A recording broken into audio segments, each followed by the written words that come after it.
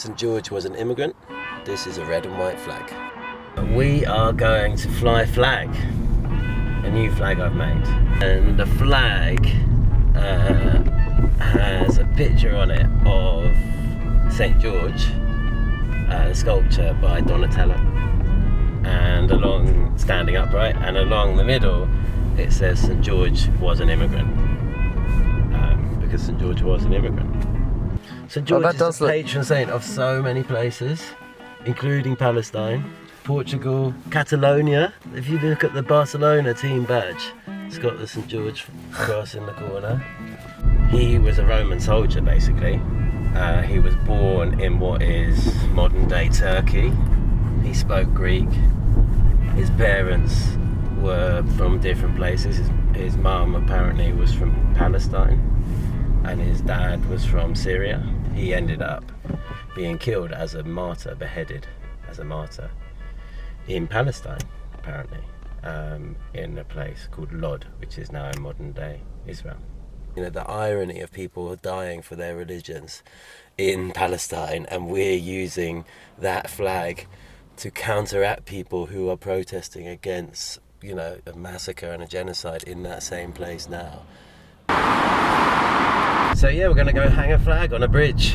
I'm a bit scared about it. I came up with the idea after driving through Kent, or to Kent, and just seeing all the flags on the motorway bridges of the kind of reform far right. In some parts of England, everywhere you look, there are St George's and Union Jack flags. Is this pride or prejudice? There's a long history of these flags being waved to say, keep Britain white.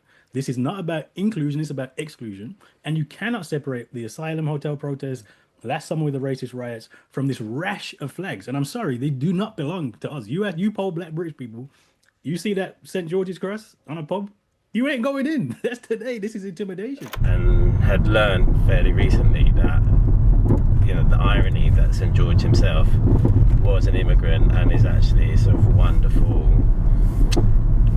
picture of multiculturalism and acceptance and standing up for religious beliefs and so on. I've not been very well recently, and I decided this year, rather than making lots of works that take huge amounts of time and energy and attention which I can't give, instead maybe I should make slightly braver works that talk about the subjects that I've been trying to talk about, but maybe a bit more punchy or a bit more in the public domain. So this is kind of a challenge to myself.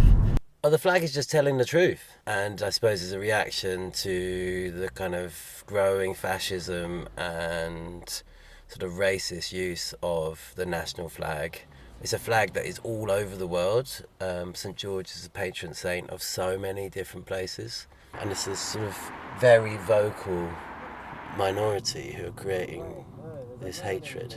I fully understand that beliefs always trump facts, but facts are also useful and can help to form beliefs in the longer term. So it's just a tiny little kind of pebble drop into a lake to make some ripples and see how people react to that.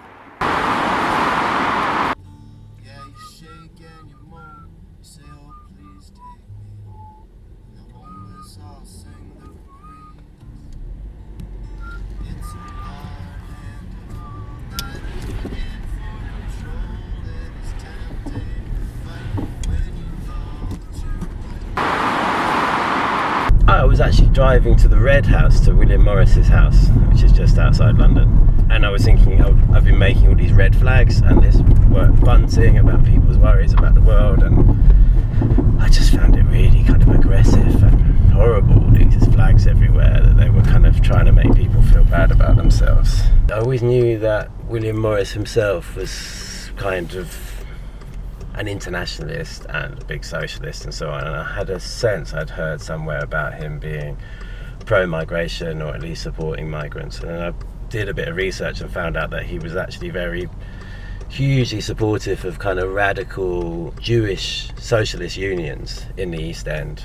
Huge sort of migration of Jews from the Russian Empire in the sort of 1880s after the pogroms. My surname is Yorna, which is a Russian Jewish surname. My ancestors would have been part of that movement of people into the UK. So it all sort of added up to thinking, okay, I've been making these red flags, let's make a red and white flag, and let's actually represent, let's be proud of our country for what it's best at, which is this never-ending wonderful mix of people coming together. It was great just now, as I was taking some photos, a woman stopped, looked pretty disgruntled, pushed the flag out so she could read what it said, and then smiled at her mate and carried on going. And I asked her as she went past, she's like, there's just too many of these flags, but this is a great one. Yeah, it's really exciting to see it up, and it's lovely to be just right here, Victoria Park. Think about William Morris and so many other people trying to shake things up and agitate and organise and change people's perspective on stuff. This is just 100% true, and the best thing about England is its multiculturalism. I mean, just watching hundreds of people doing Sunday running, and they're every colour and every shape and come from all over the world in terms of their ancestry.